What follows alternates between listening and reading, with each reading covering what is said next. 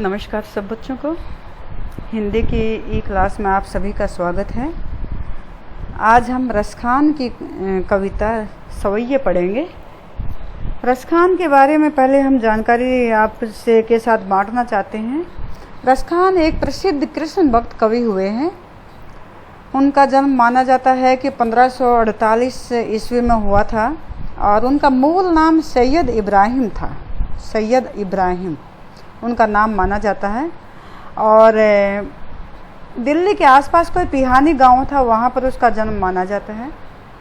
लेकिन अंत में वे ब्रजभूमि में जाकर बस गए थे और 1628 ईस्वी में उनकी मृत्यु हो गई थी। उन्होंने जो भी काव्य लिखा, क्योंकि वे कृष्ण के भक्त थे, उनके प्रति उन्होंने अपना जीवन पूरी तरह समर्पित कर दिया था, तो उनका पूरा काव्य कृष्ण के लिए ही रचा गया। कहीं पर उनका बचपन दिखाई देता है, कहीं वहाँ पर गोपियाँ दिखाई देती हैं, उनके साथ संवाद है, तो इस कहीं राधा दिखाई देती है। तो आप देखते हैं कि पूरा ऐसा लगता है कि पूरा जीवन चरित्र उन्होंने अपने काव्य के माध्यम से कृष्ण भगवान का पेश कर दिया है। रसखान रचनावली है जिसमें कि रसखान की सारी कविताओं का संग्रह किया गया, सारी रचनाओं का संग्रह किया गया है। उन्होंने ब्रज भाषा में लिखा, ब्रज भाषा में लेखन कार्य किया और ये इतनी मिठास भरी भाषा थी कि इसको गाया जा सकता है, संगीतात्मकता इसमें विद्यमान रहती है।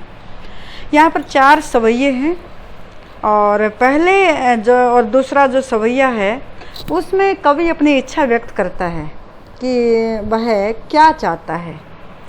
तीसरा छंद है जिसमें कि कृष्ण के रूप सौंदर्य का वर्णन किया गया है और चौथा जो सवैया है उसमें गोपियों का आपसी संवाद दिखाई देता है, जिसमें वे अपने आप को कृष्ण भगवान की मुस्कान के आगे विवश पाती हैं। तो ये सवैये छंद में रची गई कविता है। कवि कहता है, मानस हो तो वही रसखाने, बसाऊं ब्रज गोकुल गांव के ग्वारन। जो पशु हो तो कहाँ बस मेरो, चरऊ नित नंद की धेनु मझारन। पाहन हो तो वही गिरी को, जो कियो हरि छत्र पुरंदर धारन। जो खग हो तो बसेरो करो, मिली कालिंदी कूल कदम के डारन। यहाँ पर कवि अपनी इच्छा व्यक्त करता है। ये कहता है कि अगर मैं अगले जन्म में मनुष्य के रूप में पैदा होता हूँ तो मैं गोकुल गांव के ग्वालों के बीच में निवास करना चाहूँगा। गोकुल गांव में जो ग्वाले होते हैं उनके बीच में कवि निवास करना पसंद करता है अगर वह अगले जन्म में मनुष्य के रूप में पैदा हो जाता है। लेकिन कवि कहता है कि जन्म में किसी का वश नहीं होता है और इसलिए अगर मैं पशु बनकर के पैदा होता हूँ तो मैं नित्य नंद की गायों के बीच में चरना पसंद करूँगा। मझारन बीच में नंद की धेनु गाय। अगर मैं पशु बनकर के पैदा होता हूँ, क्योंकि जन्म पर किसी का वश नहीं होता है, तो मैं नंद की गायों के बीच में चरना पसंद करूँगा। और अगर मैं पत्थर बनकर के पैदा होता हूँ तो मैं उसी पहाड़ का पत्थर बनना चाहूँगा जिसे इंद्र के क्रोध से बचाने के लिए पुरंदर इंद्र कहा जाता है ना कि एक बार गोवर्धन पर्वत की पूजा उन्होंने की थी गांव वालों ने, तो इंद्र को क्रोध आ गया था और उन्होंने बेहद बहुत ज़्यादा बारिश कर दी थी जिससे कि गांव के डूबने का खतरा हो गया था। उस समय पर कृष्ण भगवान ने गोवर्धन पर्वत को छाते के रूप में अपनी उंगली पर उठा लिया था और पूरा गांव उसके नीचे आ गया था। तो उसी के बारे में कवि यहाँ पर जिक्र करता है। वो कहता है कि अगर मैं पत्थर बनता हूँ तो मैं उसी पहाड़ का पत्थर बनना चाहूँगा, उसी गोवर्धन पर्वत का पत्थर बनना चाहूँगा जिस पर्वत को कृष्ण भगवान ने इंद्र के क्रोध से बचाने के लिए अपनी उंगली पर छाते के रूप में धारण किया था। लेकिन ये कहता है आगे कि अगर मैं पक्षी बनता हूँ, अगर पक्षी के रूप में मेरा जन्म होता है तो मैं कालिंदी कोल कदम की डारन। कालिंदी यमुना नदी के कोल किनारे, यमुना नदी के किनारे जो कदम का पेड़ है जिस पर कभी कृष्ण भगवान बंसी बजाया करते थे, उसी की डाली पर मैं निवास करना चाहूँगा। डारन डाली पर तो यहाँ पर कवि ने अपने हर जन्म के बारे में बताया है कि अगर मैं मनुष्य बनता हूँ तो गोकुल गांव में वह रहना चाहता है, और पशु बनता है तो नंद की गायों के बीच में चलना चाहता है, और अगर पत्थर बनता है तो उसी गोवर्धन पर्वत का बनना चाहता है, जिसको कृष्ण भगवान ने इंद्र के क्रोध से बचाने के लिए, गांव वालों को बचाने के लिए अपने उंगली पर छाते के रूप में धारण किया था। और अगर पक्षी बनता है तो वह उसी यमुना नदी के किनारे कदम की पेड़ की डाली पर रहना चाहता है, उसी पर निवास करना चाहता है। तो अब हम देखते हैं इसका शिल्प सौंदर्य। शिल्प सौंदर्य में सबसे पहले आती है बात ब्रज भाषा की। भाषा यहाँ की इसके ब्रज है, सवैया छंद है। अब इसमें संगीतात्मकता है, यानी कि इसको गाया जा सकता है, गेय शैली है, और तुकबंदी है। तुकबंदी कहाँ दिखती है? ग्वारण, मझारण, धारण, डारण, यहाँ पर आपको तुकबंदी दिखाई देती है। अब हम बात करेंगे अनुप्रास अलंकार के। गोकुल गांव, यहाँ अनुप्रास अलंकार है। क्यों अनुप्रास अलंकार है? गए और गए, गो यहाँ पर आ गया गांव, यानी कि गोकुल गांव दोनों जो शब्द हैं वो एक ही अक्षर से शुरू होते हैं, तो यहाँ पर अनुप्रास अलंकार है। नित्य नंद, इसमें नए और नए दोनों में अनुप्रास अलंकार है। और इसके अलावा कालिंदी, कूल, कदम्ब, ये तीनों जो शब्द हैं इनका पहला अक्षर क है, तो यहाँ पर भी अनुप्रास अलंकार का प्रयोग किया गया है। तो इसमें कवि ने अनुप्रास अलंकार का जगह जगह प्रयोग दिखाई देता है, और कवि यहाँ पर ब्रज भाषा में अपने विचारों की अभिव्यक्ति कर रहा है। इसके बाद अगला है, यह लकोटी अरु कामरिया पर राज तेहुपुर को तजी डारो, आठों सिद्धि नवो निधि के सुख नंद की गाय चराई बिसारो, रसखान कवो इन आँखिन सो ब्रज के वन बाग तड़ाग निहारो, कौटिक एकल धौत के धाम करील के कुंजन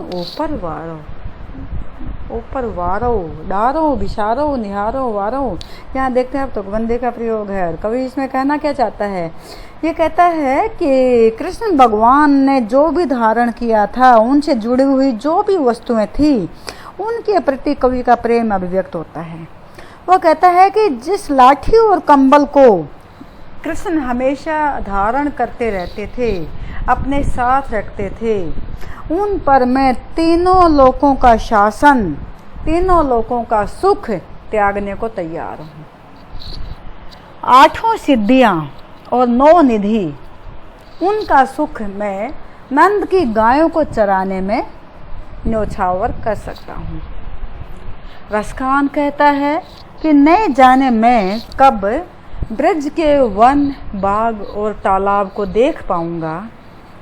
ये जो करील के कुंज हैं, ये जो कांटेदार झाड़ियों का झुरमुट है, उस पर मैं करोड़ों सोने के महलों को न्योछावर कर सकता हूँ।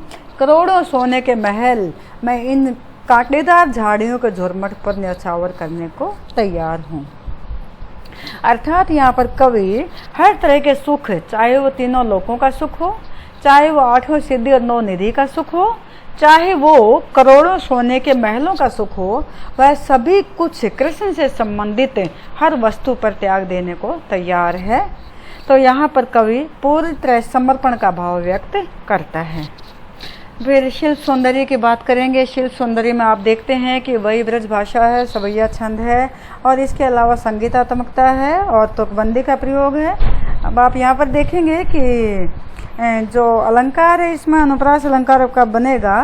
देखिए जरा, नवो निधि, इसमें नए और नए शब्द है साथ साथ, तो इसमें अनुप्रास अलंकार का प्रयोग है। वन, बाग, यहाँ पर भी बै और बै, यहाँ पर भी अनुप्रास अलंकार है। और करील के कुंजन, कै कै कै, ये जो तीनों है यहाँ पर कै अक्षर से शुरुआत है, तो यहाँ पर भी अनुप्रास अलंकार का प्रयोग किया गया है। तो आप देखते हैं कि कवि का प्रिय लगता है, जैसे कि अनुप्रास अलंकार हर जगह पर उनका अनुप्रास अलंकार दिखाई देता है। इसके बाद देखेंगे अगला जो है सवैया, वो है मोर पखा सिर ऊपर राखी हूँ, गूंज की माल गरे पहिरूंगी। ओढ़ी पितंबर ले लकोटे, वन गोधन ग्वारनी संग फिरूंगी। भाव तो वो ही मेरो रस खानी, सो तेरे कहे सब स्वांग करूंगी। या मुरली मुरली धर की अधरान धरी, मुरली मुरली धर की अधरान धरी, अधरान धरूंगी। यहाँ पर देखिए जरा, दो गोपियाँ बात कर रही हैं आपस में, और दोनों गोपियाँ यहाँ पर कहना चाहते, आपस में बात करते हुए आपस में बातें करती हैं और सब कुछ करने को तैयार हैं, लेकिन मुरली को यानी बांसुरी को अपने होठों से छूने देना नहीं चाहती हैं। ये कहती है, सबसे पहली पंक्ति में देखिए जरा, वो मोर के पंखों से बना हुआ मुकुट मैं अपने सिर पर लगाने को तैयार हूँ, धारण करने को तैयार हूँ। अर्थात जो मोर का मुकुट कृष्ण भगवान धारण करते थे वो मैं धारण करने को तैयार हूँ। लेकिन इसके साथ साथ वो कहती है कि जो गूंज की माला है, जो गूंज की माला है, एक छोटा सा जंगली पौधा होता है जिसका ये फल होता है, ये उसके बारे में कहती है कि गूंज की माला मैं अपने गले में पहनने को तैयार हूँ। पीले कपड़े पहन करके, हाथ में लाठी ले करके मैं वन में गायों के साथ, ग्वालों के साथ घूमने को तैयार हूँ।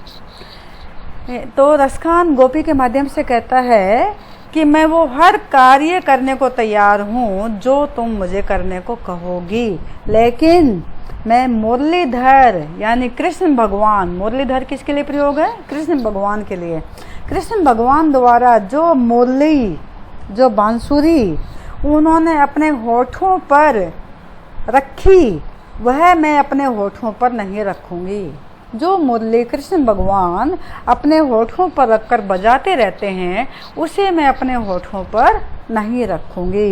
ये ऐसा क्यों कहती है? क्योंकि गोपियों को लगता था कि कृष्ण भगवान मुरली के वश में हो गए हैं, बांसुरी के वश में हो गए हैं, और एक तरह से उसके प्रति, बांसुरी के प्रति वो ईर्ष्या का भाव रखती हैं। इसीलिए वो कहती हैं कि वो जो बांसुरी कृष्ण भगवान बजाते रहते हैं उसे भी अपने होठों पर नहीं रखेंगी।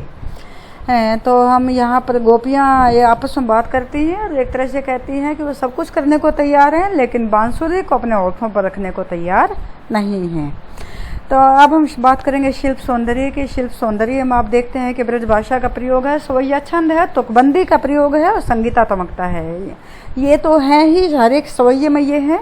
इसके अलावा आप देखेंगे यहाँ पर अनुप्रास अलंकार आपको अवश्य मिलेगा, क्योंकि लगता है हमें प्रिय अलंकार है कवि का ये। ले लकोटी और गोधन ग्वारनी, यहाँ पर अनुप्रास अलंकार है, और सब स्वांग। तो यहाँ पर कहाँ कहाँ अनुप्रास अलंकार आया देखिए जरा, ले लकोटी, फिर है गोधन ग्वारनी, और फिर कहता है यहाँ पर सब स्वांग, यहाँ पर अनुप्रास अलंकार है। एक और मुरली मुरलीधर, यहाँ पर भी अनुप्रास अलंकार है। लेकिन यहाँ पर एक और अलंकार है, आप देखेंगे अधरान, और ये है अधरान। ये दोनों एक ही शब्द हैं, लेकिन दोनों का अर्थ अलग अलग है। ये इसका तो यहाँ पर जब अर्थ अलग अलग होता है तो वहाँ पर यमक अलंकार है। तो नीचे वाली पंक्ति में आप देखेंगे कि यहाँ यमक अलंकार का प्रयोग किया गया है इन दोनों शब्दों में, एक ये है और एक ये है। तो इन दोनों में यमक अलंकार का प्रयोग किया गया है। अब आगे है अंतिम सवैया है इसका। काननी दे अंगूरी रही बो, जब ही मुरली धुनी मंद बजे हो। मोहनी तानन सो रस खाने, अटा चढ़ी गोधन गेहे तो गेहे। डेरी कहो शीघ्रे ब्रज लोगने, काले कौ कितने समुझे है। माई रीवा मुख की मुस्काने, संभारी न जेहे न जेहे न जेहे। क्या बात है। यहाँ पर देखिए जरा कवि क्या है, कहना क्या चाहता है। यहाँ पर गोपियाँ ही बात कर रही हैं। पहले जो तीसरा सोइया था वहाँ भी गोपियाँ बात कर रही थी, यहाँ भी गोपियाँ बात कर रही हैं। गोपी, एक गोपी दूसरी गोपी को कहती है, वो कहती है कि जब मुरली की मंद ध्वनि बजेगी, जब बांसुरी की मंद और मधुर धुन बजेगी, तो मैं अपने कानों में उंगली डाल लूँगी। काननी, कानों में उंगली डाल लूँगी। जब मुरली की धुन बजेगी मैं उसे नहीं सुनूंगी। और वह अपनी मन को मोहने वाले तान चाहे तान जो गोधन गीत के माध्यम से गाता है, चाहे वो अटारी पर चढ़कर गाए तो भी मैं नहीं सुनूंगी। अटारी अटा चढ़ी, अटारी पर चढ़कर वह गोधन गीत गाता है, मनमोहक गीत गाता है, तो भी मैं नहीं सुनूंगी। अब वह गांव ब्रिज के लोगों को पुकार करके कहती है, टेरी कहो, पुकार करके कहती है कि हे ब्रिज के सारे लोगों तुम सुन लो, कल तुम मुझे कुछ मत कहना, मैं अभी तुम्हें बता रही हूँ कि उसकी मुस्कान जब मेरे सामने आएगी, जब उसका मुस्कुराता हुआ चेहरा मेरे सामने आएगा तो मैं अपने आप को संभाल नहीं पाऊंगी, अर्थात वो उसकी मुस्कान के आगे विवश हो जाएगी। तो यहाँ पर आप देखते हैं कि नजेहे नजेहे नजेहे, यानी कि ऐसा लगता है कि जैसे भावनाओं की वशीभूत हो गई है और कहती है कि उसकी मुस्कुराहट जब सामने आएगी तो मैं अपने आप को संभाल नहीं पाऊंगी।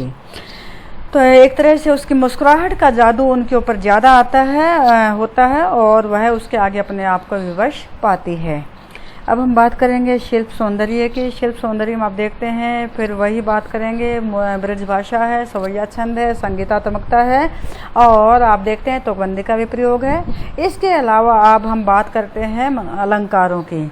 अलंकारों में आप देखते हैं कि यहाँ पर गोधन गेहे, ये रहा गोधन गेहे, यहाँ पर अनुप्रास अलंकार है।